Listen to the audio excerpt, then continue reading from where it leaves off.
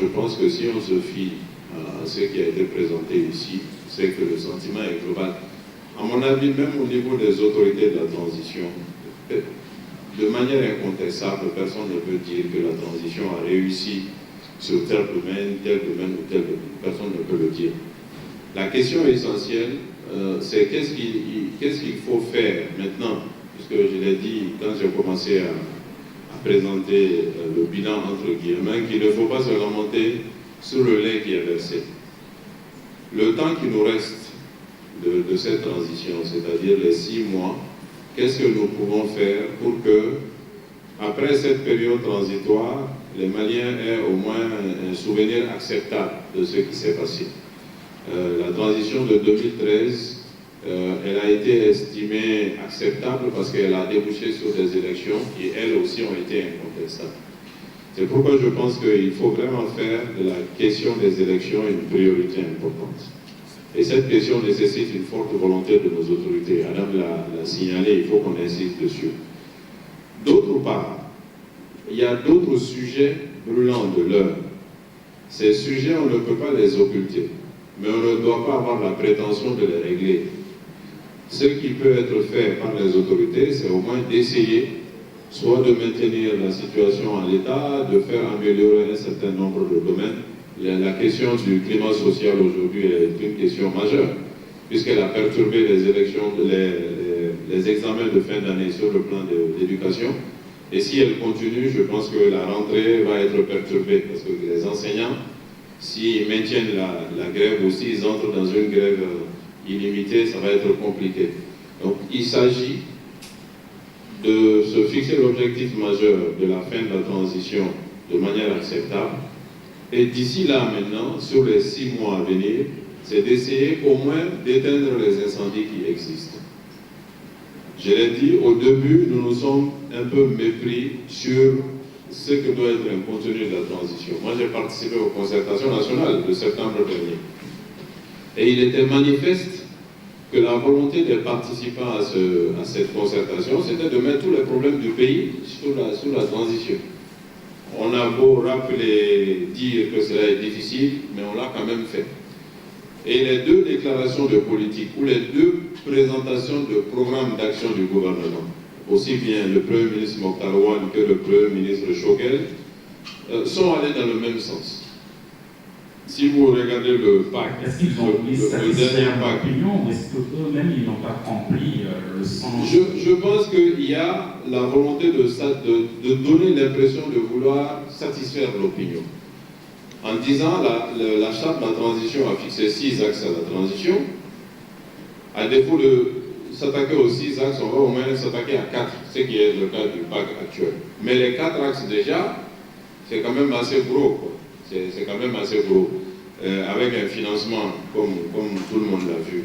Donc je pense que quelque part aussi, l'insatisfaction des populations, on l'alimente par ça.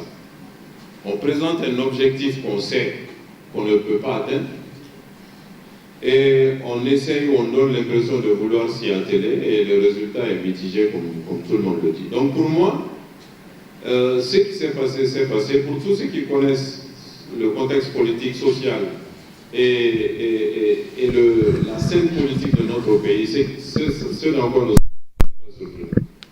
Ce que nous devons faire, c'est comment nous pouvons transformer utilement les 6 mois à venir. Et je pense que nous avons encore le temps de pouvoir le faire. Par rapport aux 12 derniers mois, vous dites qu'il y a trop de choses qui ont été attribuées à cette transition, mais un des principaux objectifs, c'est l'organisation des élections.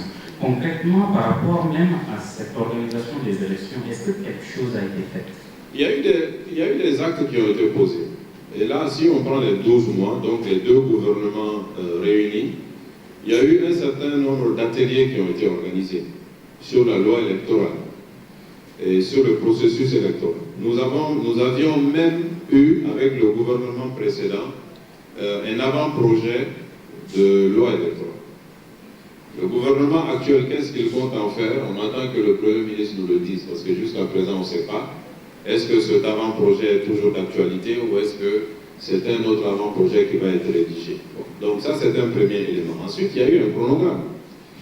Le chronogramme qui a été publié en avril dernier, du temps du Premier ministre Mokhtar Ouane, prévoyait des dates pour les différents scrutins. On commençait par le référendum prévu pour octobre, les élections locales et communales prévues pour décembre et les élections présidentielles et législatives prévues pour février. Aujourd'hui, le gouvernement actuel dit, selon le Premier ministre, il se tient à ce chronogramme. Est-ce que le gouvernement actuel entend par là qu'il veut organiser un référendum en octobre? Je rappelle simplement que octobre, c'est dans 9 semaines. C'est dans 9 semaines. Est-ce que, objectivement, on peut organiser un référendum dans 9 semaines alors que nous n'avons même pas d'avant-projet de constitution? Donc il va falloir que... Je pense que pour moi c'est évident, ce n'est pas possible. C'est évident, ce n'est pas possible. Dans le chronogramme que le gouvernement reconnaît, ce qui était prévu, c'est que l'avant-projet de constitution soit disponible en juin. Après des discussions et ensuite le processus qui était engagé jusqu'au référendum qui était prévu fin octobre. Nous sommes en fin août. Donc on est déjà en 3 mois de retard sur le chronogramme que le gouvernement dit respecter. C'est pourquoi nous faisons partie d'un certain nombre d'acteurs qui disons il est temps que le gouvernement nous dise réellement qu'est-ce qu'il veut faire, dans quel délai et selon quel chronogramme. Aujourd'hui, à l'heure qu'il est, le Premier ministre se prépare à recevoir la classe politique. Il est prévu une rencontre à 16h30 au CICB. Je pense que la plupart des acteurs politiques iront dans ce sens pour que le Premier ministre dise enfin quelle est sa compréhension de tout le processus sur les 6 mois à venir. Et j'espère qu'à la sortie de cette réunion, on en sera un peu plus fixé. Moussa Tondo, par rapport à l'organisation des élections, est-ce que vous pensez qu'aujourd'hui c'est... Non, très sincèrement, comme Moussadef l'a dit, c'est que la responsabilité est devenue progressivement dans notre pays. Ce n'est pas devenu de but en blanc, mais elle est devenue progressivement dans notre pays un moyen d'améliorer son sort individuel. Que ce soit une responsabilité élective ou même une responsabilité nominative, parce que ce n'est pas seulement les élections, hein. Les gens se battent pour des postes de nomination aussi. Et quand les gens sont nommés, bon, ils essayent d'améliorer leur sort individuel. Aujourd'hui, là aussi, ce n'est pas forcément, je dirais, pertinent de s'apitoyer dessus, de le dire et de s'apitoyer. Je pense que nous devons créer les conditions. Et cela est tout à fait possible par des réformes pertinentes pour que la responsabilité publique soit synonyme de sacerdoce.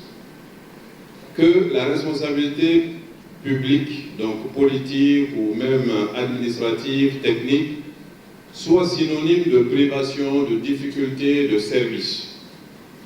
Imposer la redevabilité et faire en sorte que ceux qui nous dirigent soient à notre service et que nous ayons les possibilités de les sanctionner. Parce que ce qui manque le plus dans notre pays, c'est ça, c'est l'impunité. C'est l'impunité qui est le vrai problème, aussi bien par rapport aux questions de justice et même par rapport aux questions citoyennes. Quand quelqu'un devient maire quelque part, il n'y a pas suffisamment de levier pour l'obliger à travailler au service de ses électeurs. Quand quelqu'un devient directeur national de quelque chose, il n'y a pas suffisamment de levier pour l'obliger à faire ce pourquoi il est nommé. Donc nous devons créer suffisamment de leviers citoyens, administratifs, pénal, juridiques, afin que les usagers, les électeurs aient la possibilité de sanctionner les responsables publics. Pas seulement par le vote, parce que là, quand vous le dites tout de suite, la réaction c'est de dire non, le vote c'est la sanction. Non, le vote c'est une sanction, mais il y a d'autres formes de sanctions et il faut qu'on aille dans ce sens. C'est ce type de réforme dont nous avons besoin pour engager ce qu'on appelle la refondation. Vous voyez, tout le monde parle de refondation. Mais ceux qui parlent de refondation... Les promesses qui sont faites par tous les gens politiques. Non. Par exemple, où est-ce que Inch'Allah a combien de mains? Non. Le Inch'Allah n'est pas une promesse. Le Inch'Allah est une incantation. Ce que je suis en train de vous dire, il faut que ces promesses soient écrites, expliquées, datées, que leurs impacts soient évalués et partagés avec les populations. Alors, je ne l'ai pas vu. Même le dialogue national qui était censé justement régler ces questions, le dialogue national, si vous regardez ses conclusions, c'est encore dans l'ordre du général. On n'est pas encore allé dans le détail du détail. C'est ce détail-là qui nous manque. Maintenant, qui va pouvoir le faire? la transition n'est pas forcément appropriée parce que d'abord elle manque de temps. Je pense aussi qu'elle manque de connaissances et quelque part de volonté pour y arriver. Il faut que nous trouvions les voies. Ces trois manques, on peut s'attendre à un résultat positif. Manque de temps, manque de connaissances, manque de volonté. Un résultat positif sur le chantier dont je viens de parler. Pour les élections, c'est autre chose. Il est difficile que la transition puisse faire la refondation. Nous l'avons aussi dit et répété. Il faut que ceux qui dirigent la transition aient d'abord cette vision et cette connaissance. Ce n'est pas évident, parce que je l'ai dit, par définition, ceux qui arrivent à la tête des transitions, ils ne sont pas prêts. Est-ce que vous les aider à avoir cette vision, cette connaissance-là? De temps en temps, les canaux existants ont été utilisés par les uns et les autres. Donc il y a cette question de connaissance, il y a aussi la volonté, et ensuite il y a le temps. Et après, ce par quoi j'ai commencé, c'est l'inclusivité, c'est-à-dire mettre les gens ensemble. Mais si la transition est perçue comme partisane, c'est le cas aujourd'hui. Aujourd'hui, la transition est perçue par une bonne partie de la classe politique comme partisane. Si elle est considérée comme partisane, il va être difficile de rassembler les gens. Je pense que très concrètement, le gouvernement devrait publier un programme actualisé. Et dans ce programme actualisé, c'est d'élaguer ce qui peut paraître difficile à faire. D'abord, les élections locales, régionales et autres. Je pense que ça, ce serait bien de repousser à plus tard. La question du référendum, au gouvernement de nous dire s'il peut l'organiser au mois de décembre, par exemple, et ensuite les élections présidentielles et législatives au mois de février prochain. Mais le point de départ, c'est vraiment d'avoir un programme actualisé. Après, maintenant, c'est de créer un cadre de collaboration, comme ça existe dans toutes les élections, entre le gouvernement, la société civile et la classe politique, pour suivre pas à pas les différentes actions à mettre en œuvre afin qu'on aille vers des élections les plus consensuelles et les plus crédibles possibles. Si on arrive à obtenir ces deux éléments dans les 2 semaines à venir, au moins, on aura levé l'hypothèque de la volonté ou de l'absence de volonté pour aller vers les élections. Maintenant, si on n'obtient pas ça, ça veut dire que la volonté va être de plus en plus évidente des autorités de ne pas aller vers les élections. Cela est manifeste. Et que faut-il faire si on n'obtient pas cela? Il faut d'abord, nous, on a un certain nombre de partis politiques qui avons fait une déclaration le 26 juillet dernier pour demander à ce que les délais soient respectés. Nous continuons à travailler avec les autorités, nous les rencontrons, nous travaillons aussi avec nos partenaires. Nous allons aussi commencer à rencontrer la société civile pour que l'option de convaincre soit l'option prioritaire. Nous estimons que beaucoup de nos concitoyens ne sont pas vraiment au fait de la situation du pays.